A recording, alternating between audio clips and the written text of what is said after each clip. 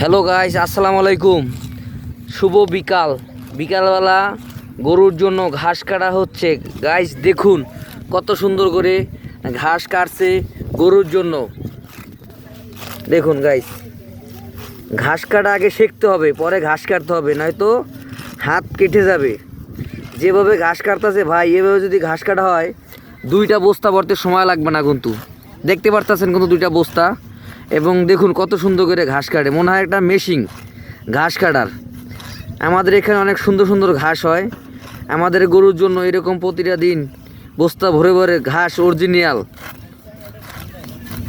দেখুন একবারে সারমুক্ত খুব সুন্দরভাবে ঘাস কাটে। ভাই আপনি এইভাবে ঘাস কতদিন কাটতেছেন গরুর জন্য? বলেন বলেন, আপনি ঘাস কাটার একটু অভিজ্ঞতাটা বলেন।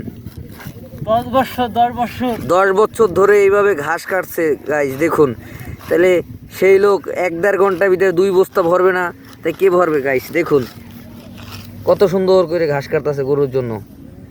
আমরা প্রতিদিন এইভাবে অরিজিনাল যে ঘাসটা সারমুক্ত আল্লাহর দেওয়া প্রকৃতিও জিনিস, দেখুন এইভাবে ঘাসটা নিয়ে খাওয়ায় গরুকে। গরু দুধ দেয়, গরু সুস্থ থাকে, ভালো কোনো রোগ ব্যাধি হয় না। গরুর জন্য অনেক, স্বাস্থ্যের জন্য অনেক উপকার হয়। দেখুন দেখুন ঘাস কাটা দেখুন।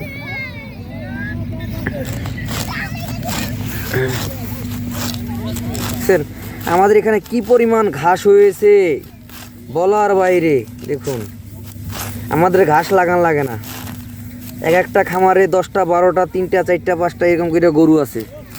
বিকাল টাইমে এইভাবে গরুর জন্য ঘাস কাটা হয়, সকালের টাইমে অন্য কাজকাম করা হয়। দেখুন দেখছেন কত সুন্দর করে ঘাস কাটতেছে। দেখুন মনে হয় একটা মেশিন, ছোটোখাটো মনে হবে একটা মেশিন।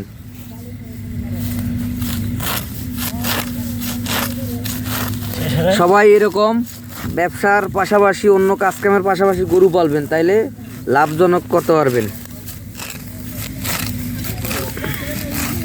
গরু পালা ভবিষ্যৎ একটা সঞ্চয়। দেখুন আল্লাহ হাফেজ গাইস। দেখুন এই যে বস্তা ভরা হবে। থাকুন, শুভ বিকাল। সবাই লাইক, কমেন্ট, সাবস্ক্রাইব করবেন প্লিজ।